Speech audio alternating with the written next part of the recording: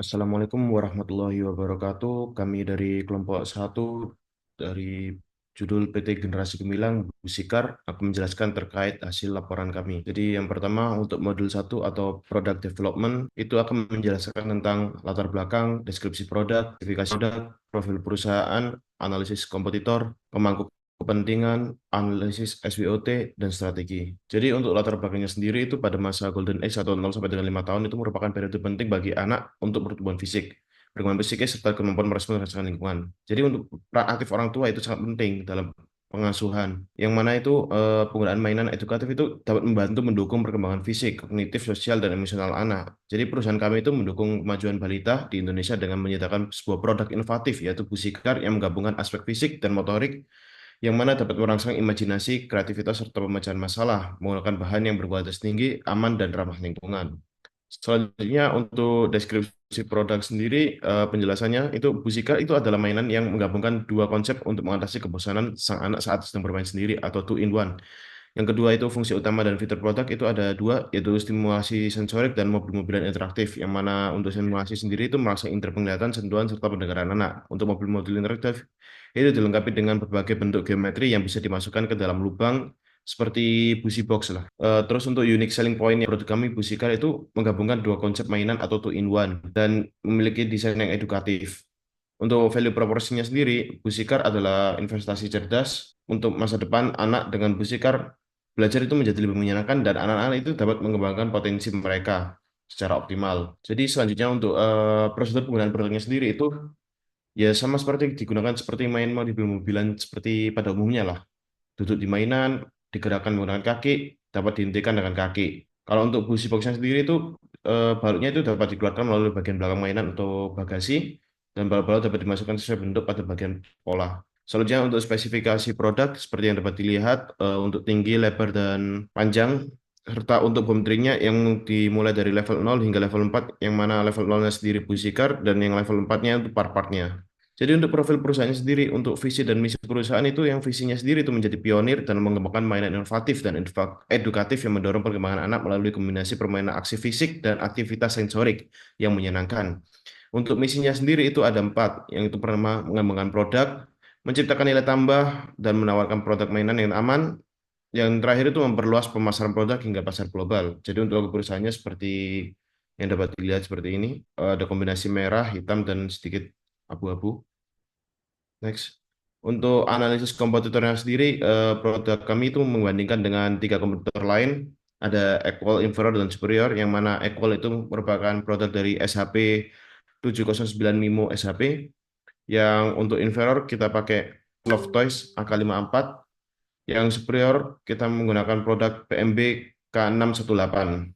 Jadi berdasarkan analisis kompetitornya itu didapatkan bobot pada masing-masing faktor yang bakal dinilai. Setelah ditentukan untuk bobotnya masing-masing, maka dicari nilai bobot ranking per produknya. Seperti yang dapat dilihat, untuk ranking atribut untuk menempati posisi pertama itu adalah posisi ketahanan. Dan untuk ranking produk, Busikar menempati posisi pertama. Dilanjut dengan Tolokar SHP 709 Mimo. Jadi untuk analisis pemangku kepentingannya sendiri, perusahaan kami itu menggunakan stakeholder, yaitu internal dan eksternal. Jadi untuk analisis SWOT-nya sendiri, yang pertama itu kita mengidentifikasi faktor SWOT. Ada empat faktor SWOT itu ada strength, weakness, opportunity, dan threat. Untuk selanjutnya, setelah menentukan strength dan weakness-nya, maka dilanjut dengan mencari pembobotannya. Setelah dilakukan identifikasi faktor SWOT, untuk internal pembobotan di faktor evaluation, itu seperti yang dapat dilihat pada gambar kedua. Sekarang dari tabel kedua, itu didapat hasil output dari pembobotan AHP seperti pada gambar ketiga itu dijabarkan lagi untuk per partnya didapatkan seperti pada gambar keempat yang ada weight kriteria. Setelah ditentukan weight kriteria maka melakukan penskoran. Untuk Busikar masih menempati posisi pertama. Selanjutnya untuk bagian eksternal factor evaluation seperti tadi untuk opportunity dan trade. Untuk setelah ditentukan opportunity dan trade-nya dilakukan pembobotan.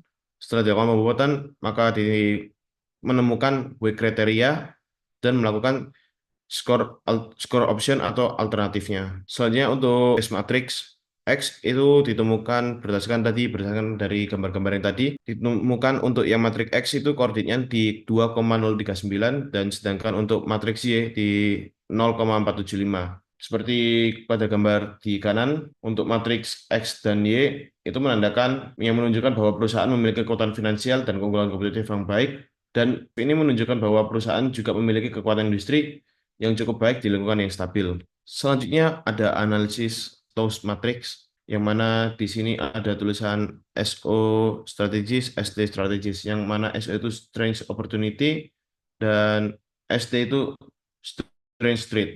Seperti yang dapat dilihat untuk strange-nya seperti yang berikut. Selanjutnya saya akan membahas modul 2. Modul 2 ini berisi Voice of Customer, Quality Functional Deployment, Supply and Demand Analysis, Market Share Planning, dan Market and Strategic Plan. Voice of Customer merupakan proses yang digunakan oleh perusahaan untuk secara sistematis mengumpulkan dan menganalisis umpan balik pelanggan. Tujuan dari kuesioner ini untuk memahami kebutuhan, preferensi, harapan, serta mendapatkan masukan dari pelanggan terkait produk kami. Dan berikut ini merupakan beberapa hasil dari kuesioner yang telah kami sebarkan. Berikut merupakan tabel dari hasil rekapitulasi data kuesioner VOC. Dan berikut merupakan tabel dari hasil tingkat kepentingan masing-masing atribut. Quality Functional Deployment. Metode QFD membantu desainer untuk mengubah VOC menjadi karakteristik rekayasa. Planning Metric Benchmark Competitor. Metrik ini memberikan panduan yang jelas untuk meningkatkan produk berdasarkan performa pesaing. Dan di bawah ini merupakan tabel dari Planning Metric Benchmark Competitor. Selanjutnya ada Technical Response and Metric. Technical Response and Metrics. Technical Response and Metric adalah pendekatan strategis yang digunakan oleh perusahaan untuk meningkatkan kualitas daya saing produk yang telah diproduksi. Dan di bawah ini merupakan tabel dari Technical Response and Metrics. Berikut merupakan metrik Concept Generation. Idea Generation. Idea Generation dalam konteks ini adalah proses kreatif yang melibatkan identifikasi, pemahaman, dan pengembangan solusi. Dan berikut merupakan tabel dari Idea Generation. House of Quality merupakan alat utama dalam QFD yang digugakan untuk menerjemahkan kebutuhan dan keinginan para customer ke dalam spesifikasi produk yang diproduksi. Dalam membuat HOQ, difokuskan pada kebutuhan konsumen sehingga proses desain dan pengembangannya lebih sesuai dengan apa yang diinginkan oleh konsumen. Matriks interaksi. Matriks ini digunakan untuk menggambarkan hubungan antar berbagai kebutuhan yang dibutuhkan dalam sebuah produk. Dan berikut merupakan tabel dari selanjutnya ada HOQ Correlation Between Functional Requirement. Pada bagian ini ditunjukkan bahwa hubungan antara berbagai persyaratan fungsional telah diidentifikasi. Berikut merupakan tabel dari SOQ Correlation Between Functional Requirements. Selanjutnya ada SOQ Competitive Analysis, membandingkan kinerja atribut yang direncanakan suatu produk dengan atribut serupa pada produk pesaing lain. Dan berikut merupakan tabel dari SOQ Competitive Analysis. Selanjutnya ada SOQ Target. Pada bagian ini meretapkan tujuan terkait target performa untuk setiap persyaratan fungsional. Dan berikut merupakan tabel dari SOQ Target. Supply Analysis merupakan sebuah analisis yang dilakukan untuk mengetahui tingkat ketersediaan pasokan bahan baku, sedangkan demand analysis merupakan analisis yang dilakukan untuk mengukur tingkat permintaan pelanggan terhadap produk yang serupa dalam kasus mobil mainan. Make or buy decision untuk menentukan apakah suatu produk atau komponen sebagian diproduksi sendiri maupun eksternal. Keputusan make or buy didasarkan pada pertimbangan supplier luar, bahan material, mesin, durasi produksi, jumlah komponen yang dibutuhkan, dan lain sebagainya. Dan berikut merupakan tabel dari make or buy decision product. Selanjutnya ada supply analysis. Berikut merupakan tabel dari supplier analysis. Selanjutnya merupakan forecast demand berdasarkan asumsi di atas dari tahun 2014 sampai dengan 2033. Market share planning merupakan strategi pemasaran yang mencakup sasaran pasar yang luas menjadi kumpulan dari beberapa bagian kecil di antara konsumen. Demand forecasting merupakan proses memprediksi beberapa besar produk diminta pada produk tertentu di masa mendatang. Dan berikut merupakan tabel demand forecasting dari demand forecasting pada kompetitor 1, 2, dan 3 pada 10 tahun ke depan. Market share estimation merupakan proses untuk mengukur pasar yang dikuasai oleh suatu perusahaan dibandingkan dengan pasar yang tersedia untuk produk. Dan berikut merupakan tampil dari market share estimation itu sendiri. Selanjutnya adalah production target, di mana jumlah produk yang direncanakan untuk diproduksi oleh perusahaan dalam jangka waktu tertentu. Dan berikut ini merupakan tabel dari production target. Market and strategic plan. Yang pertama, market segmentation. Segmentasi pasar adalah membagi pasar menjadi kelompok-kelompok pembeli yang lebih kecil. Perusahaan kami, yakni PT Generasi Gemilang, menyebarkan kuesioner kepada pasar untuk mengetahui pendapat mereka mengenai produk. Dalam kuesioner tersebut terdapat beberapa pertanyaan dengan skala Likert untuk mengetahui ekspektasi yang mereka harapkan terhadap produk kami. yakni desain, material, grafis, ketahanan, packaging, fitur, dan harga dalam pengembangan produk. Selanjutnya ada market targeting, yang mana suatu strategi untuk menilai dan memilih satu atau lebih segmen pasar yang akan dimasukinya. Market targeting dilakukan dengan menilai dan mengevaluasi pangsa pasar yang sudah ada untuk mengetahui kebutuhan konsumen. Selanjutnya ada market positioning. Untuk mengetahui posisi produk kami yang ABC Car, berikut merupakan tabel dari market segmentation. Selanjutnya ini merupakan tabel dari market targeting dan berikut merupakan tabel dari market positioning serta grafik dari perusahaan kami dan PT Pangeran Maju Bahagia. Selanjutnya ada strategi 4P atau sering disebut dengan marketing mix 4P, meliputi product, price, dan promotion. Dan berikut ini merupakan tabel dari strategic 4P itu sendiri. Marketing plan merupakan strategi pemasaran sebuah produk yang dirincikan dalam jangka waktu tertentu atau umumnya dirincikan dalam waktu 1 tahun. Berikut merupakan tabel dari marketing plan and cost pada tahun 2024 dan berikut merupakan tabel dari marketing plan and cost pada tahun 2025 hingga tahun 2033. Oke, selanjutnya saya akan bahas mengenai modul 3. Dalam modul 3 terdiri dari manufaktur dan proses analisis, ada proses production performance, ada proses harga, ada number of workstation, ada material handling selection, ada cost calculation, dan penelusuran pabrik. Manufaktur dan proses analisis adalah analisis kinerja proses produksi terdiri dari urutan kegiatan untuk membuat produk akhir dari bahan mentah. Terdapat juga komponen breakdown. Komponen breakdown adalah proses mengidentifikasi dan merinci semua bagian, subrakitan, dan komponen individu yang membentuk produk akhir. Berikut merupakan komponen breakdown dari fisika. Adapun raw material alternatif itu bahan baku atau raw material merupakan barang yang diperlukan dalam proses produksi. Bahan alternatif yang lebih murah, mudah diakses, dapat mengurangi ketergantungan pada satu jenis bahan. Berikut merupakan spesifikasi dan alternatif material yang digunakan pada setiap part di BC-Car. Production method yaitu proses macam-macam teknik dan proses yang digunakan dalam industri manufaktur untuk mengubah bahan mentah menjadi barang jadi atau produk siap pakai. BC kan menggunakan injection molding karena efisiensi skala besar atau massal, memiliki tingkat presisi atau detail yang tinggi karena menggunakan cetakan, memiliki tingkat konsistensi yang tinggi meskipun digunakan untuk produksi massal. Production machine atau mesin produksi adalah segala jenis peralatan yang digunakan untuk mengubah bahan mentah menjadi finish product. Berikut merupakan mesinnya, yaitu injection molding plastik dan juga injection molding silikon. Untuk parallel series proses, yaitu proses produksi dilakukan secara paralel atau series, maka diperlukan untuk mengetahui tahapan proses produksi terlebih, yaitu mengetahui OPC-nya. OPC merupakan segala sesuatu diagram menggambarkan langkah-langkah proses yang akan dialami bahan baku mengenai urutan operasi.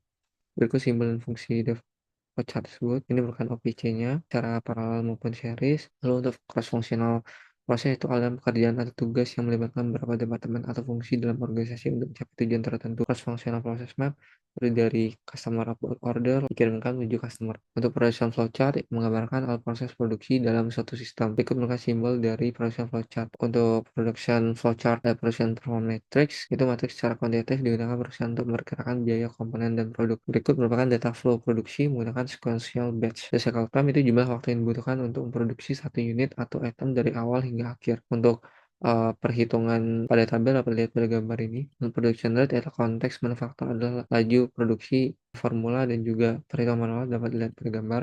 Untuk production capacity sendiri yaitu ukuran maksimal dari output yang dapat dihasilkan oleh fasilitas produksi dalam jangka waktu tertentu. Formulanya dapat dilihat pada gambar dan juga perhitungan manualnya. Berikut perhitungan untuk equipment reliability, production rate yang telah ditemukan hasilnya sebelumnya dapat berkurang seiring adanya waktu produksi yang berkurang dikarenakan equipment reliability. Maka dari itu dicari terlebih dahulu availability-nya, setelah diketahui availability-nya lalu dihitunglah tingkat produksi aktualnya. Berikut perhitungan manual dari availability dan juga nah, berikut merupakan perhitungan dalam Excel. Utilization atau utilitas adalah pengapailan waktu operasi mesin dari waktu yang tersedia. Untuk formula atau rumusnya dapat dilihat pada gambar. Untuk perhitungan manualnya dapat dilihat pada gambar. Manufacturing lead time adalah total waktu yang dibutuhkan untuk memproduksi suatu produk, mulai dari awal proses produksi hingga produksi siap dikirim. Lihat pada gambar. Berikut perhitungan pada Excel-nya. Atau waktu proses bisa berupa bahan mentah yang sedang diubah menjadi produk setengah jadi atau produk setengah jadi menjadi untuk formula dan juga perhitungan manualnya dapat dilihat pada gambar.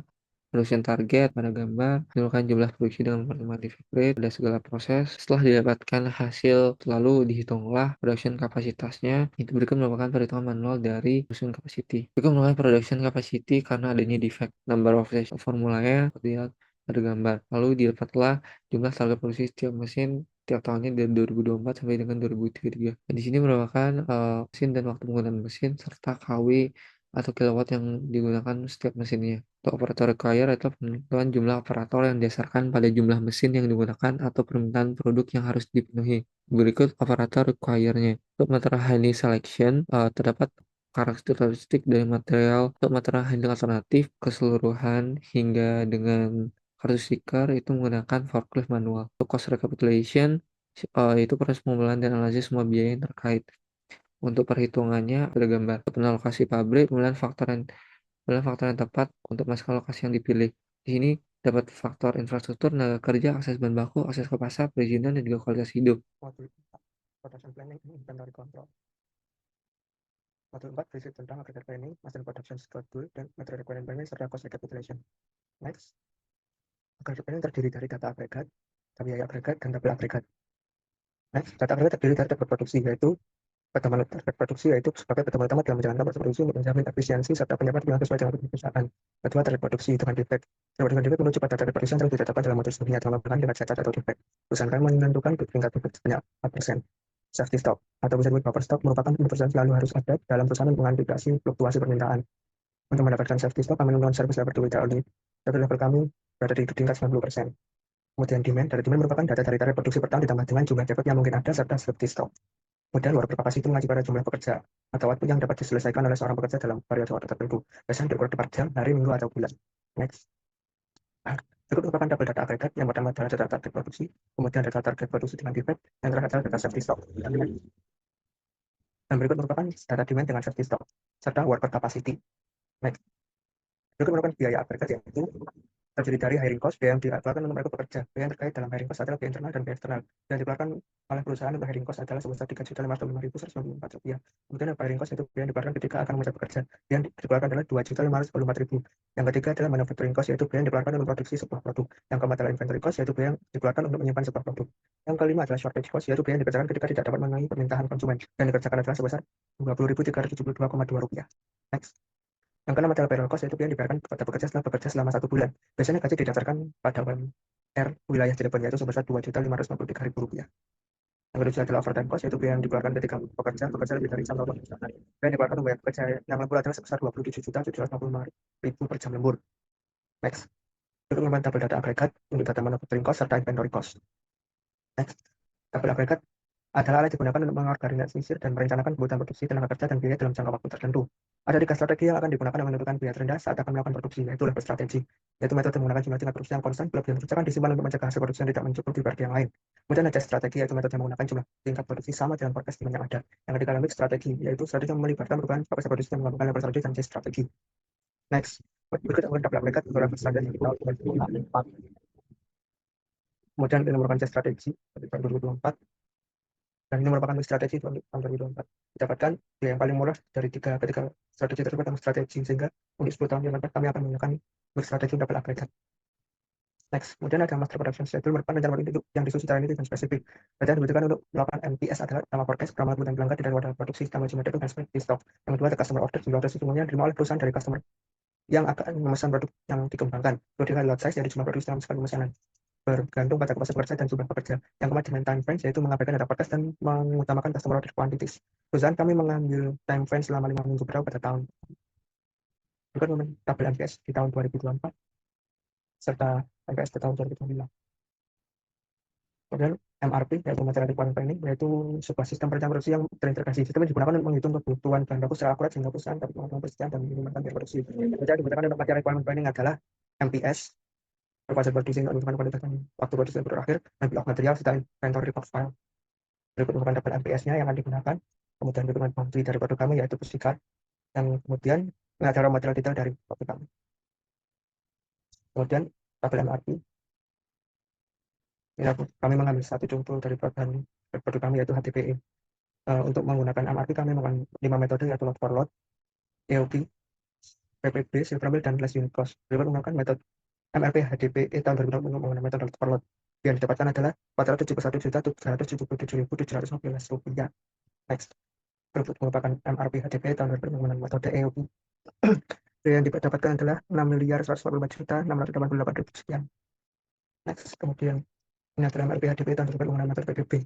Yang didapatkan adalah Rp471.377.715. Next, kemudian yang hanya hati-hati di tanggal 4 metode silver wheel dia tidak pada sama, yaitu 471.300 sekian rupiah. Next, kemudian adalah yang PDB tanggal 4 dengan metode last minute cost. Yang biaya adalah 471.317.715 rupiah. Didapatkan biar semuanya mendapatkan harga yang sama sehingga kami memilih lot forward untuk 10 tahun yang akan datang. Kemudian kami juga mencoba 5 metode dulu materi yang lain dan didapatkan metode lot forward adalah metode yang paling murah. Sehingga kami untuk 10 tahun akan datang kami menggunakan metode lot forward. Next, cost recapitulation merangkum seluruh biaya terkait biaya produksi, biaya overtime, biaya inventory, biaya shortage, biaya payroll, biaya hiring, dan biaya barang berdasarkan dari hasil perhitungan yang telah dilakukan. Yang ada total ordering cost recapitulation, total inventory cost recapitulation, total production cost recapitulation. Next, berikut merupakan total order cost serta total inventory cost recapitulation. Dan berikut merupakan total production cost recapitulation. Next. Dengan judul bab Designing and Managing Quality.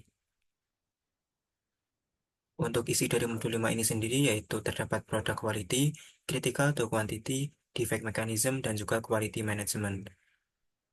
Untuk subbab yang pertama adalah product quality. Product quality sendiri dapat digunakan sebagai nilai tambah untuk meningkatkan kepuasan pelanggan terhadap suatu produk. Indikator dalam product quality itu yang pertama ada keawetan, kedua keandalan, ketiga kesesuaian produk, dan juga keempat adalah kemudahan perbaikan. Kemudian untuk quality dimension terdapat 8 dimensi produk yang diperkenalkan oleh Garvin, yaitu performance, fitur, reliability, conformance, durability, serviceability, aesthetic, and perceived quality. Kemudian berikut adalah tabel quality dimension dari produk kami yaitu Busikar. Disebutkan quality dimension, quality characteristic, type of characteristic, type of standard, value of quality characteristic, unit of quality characteristic, and measuring tool. Selanjutnya untuk subbab yang kedua adalah critical to quantity. Atribut atau karakteristik yang sangat penting dalam menentukan kualitas produk atau proses berdasarkan kebutuhan atau keinginan dari para pelanggan. CTQ ini berperan dalam memastikan bahwa suatu produk memenuhi standar kualitas yang telah ditentukan. Atribut CTQ pada produk kami adalah desain, bahan baku, keawetan, kemasan, fitur, dan juga harga. Kemudian selanjutnya adalah penentuan KPOV dan KPIV. Untuk KPOV sendiri adalah produk harus tahan terhadap benturan dan tidak mudah pecah atau rusak saat digunakan oleh anak-anak. Kemudian untuk KPIV sendiri, proses pembuatan seperti injection molding harus dikendalikan untuk menghasilkan mainan yang kuat dan tidak retak saat terjatuh atau tertindih. Berikut adalah critical atau quantity tree kami. CTQ tree ini adalah alat yang membantu mengidentifikasi atau menguraikan serta memetakan faktor-faktor penting yang harus dipenuhi oleh produk atau layanan agar memenuhi kualitas yang diinginkan oleh pelanggan. Disebutkan bahwa dalam tabel ini ada CTQ sendiri, KPOV, serta KPIV-nya. Untuk sebab selanjutnya adalah defect mechanism, yaitu proses atau alasan dibalik terjadinya cacat dalam suatu sistem atau dalam produk. Defect tolerance and description, yaitu adalah kemampuan suatu produk atau sebuah sistem untuk tetap berfungsi dengan baik meskipun terdapat cacat dalam produk tersebut. Itu adalah arti dari defect tolerance. Dan maksud dari defect description adalah proses mendokumentasikan jenis dan tingkat cacat yang terjadi, serta memberikan pemahaman yang jelas tentang masalah yang dihadapi. Untuk problem identification, analisis dan identifikasi alasan kegagalan suatu produk berdasarkan faktor material, metode, mesin, dan juga environment. Untuk fishbone sendiri, fishbone diagram adalah diagram yang digunakan untuk mengidentifikasi data yang telah dikumpulkan untuk mengetahui faktor penyebab terjadinya permasalahan. Fishbone diagram ini berdasarkan 4M dan plus 1E tadi. Kemudian untuk sebab selanjutnya adalah quality management, adalah manajemen mutu mencakup semua aspek kegiatan organisasi. Untuk quality objektif, yaitu perusahaan memastikan bahwa setiap produk yang akan dihasilkan telah mematuhi standar keselamatan internasional atau ISO 8124, yaitu untuk melindungi kesehatan anak-anak saat bermain. Kemudian untuk quality policy yang kami gunakan adalah kebijakan mutu yang disusun oleh manajemen perusahaan untuk mengendalikan kualitas produk. PT Generasi Gemilang sendiri berkomitmen untuk mencapai prinsip-prinsip dalam kebijakan mutu main. The quality procedure sendiri adalah serangkaian aktivitas atau langkah-langkah yang ditetapkan oleh sebuah perusahaan untuk memastikan produk yang diproduksi sesuai dengan standar kualitas yang telah ditetapkan. Untuk quality certification sendiri, ini kami menggunakan ISO 9001, ISO 10002, ISO 14001, OSAS, SNI, dan juga ISO 29990. Terima kasih, sekian dari presentasi kami. Wassalamualaikum warahmatullahi wabarakatuh.